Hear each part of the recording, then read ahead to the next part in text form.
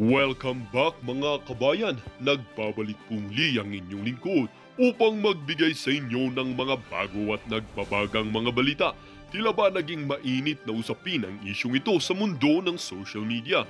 Nagulantang ang publiko sa balitang pagkakasangkot ni Vice Presidente Sara Duterte sa isang kontrobersyang kinakasangkutan nitong si Senator Joseph Erap Junggoy Estrada. Ang kontrobersya ay ukol sa mga aligasyon ng katiwalian at pag-abuso sa kapangyarihan na ngayon ay umabot na rin sa pusina ng Vice Presidente.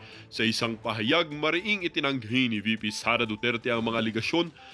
Tinawag itong walang basihan at gawa-gawa lamang. Aniya, handa siyang makipagtulungan sa anumang investigasyon upang linisin ang kanyang pangalan at patunayan na wala siyang kinalaman sa naturang issue. Ang pangkakasangkot ko sa mga aligasyon laban kay Senator Junggoy Estrada ay isang malaking kasinungalingan. Ako ay bukas at handang makipagtulungan sa anumang investigasyon upang mapatunayan ang aking kawalang kasalanan.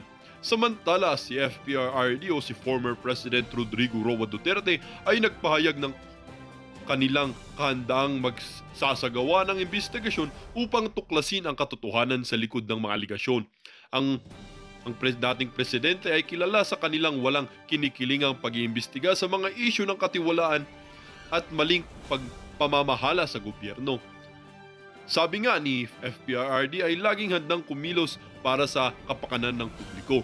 Ani niya, magsasagawa ako ng malalimang investigasyon upang matukoy ang katotohanan at masigurong walang inosenteng tao ang mapapahamak dahil sa maling impormasyon. Ang isyong ito ay nagdulot ng iba't ibang reaksyon mula sa publiko at iba't ibang sektor ng lipunan. Marami ang nananawagan ng patas at walang kinikilingang investigasyon upang malinis ang pangalan ng mga taong nadadamay at upang mapanagot ang mga tunay na may sala. Habang patuloy ang pag-usad ng investigasyon, umaasa ang mga mamamayan na agad nang malinawan ang issue at mabigyang katarungan ang mga apektadong personalidad.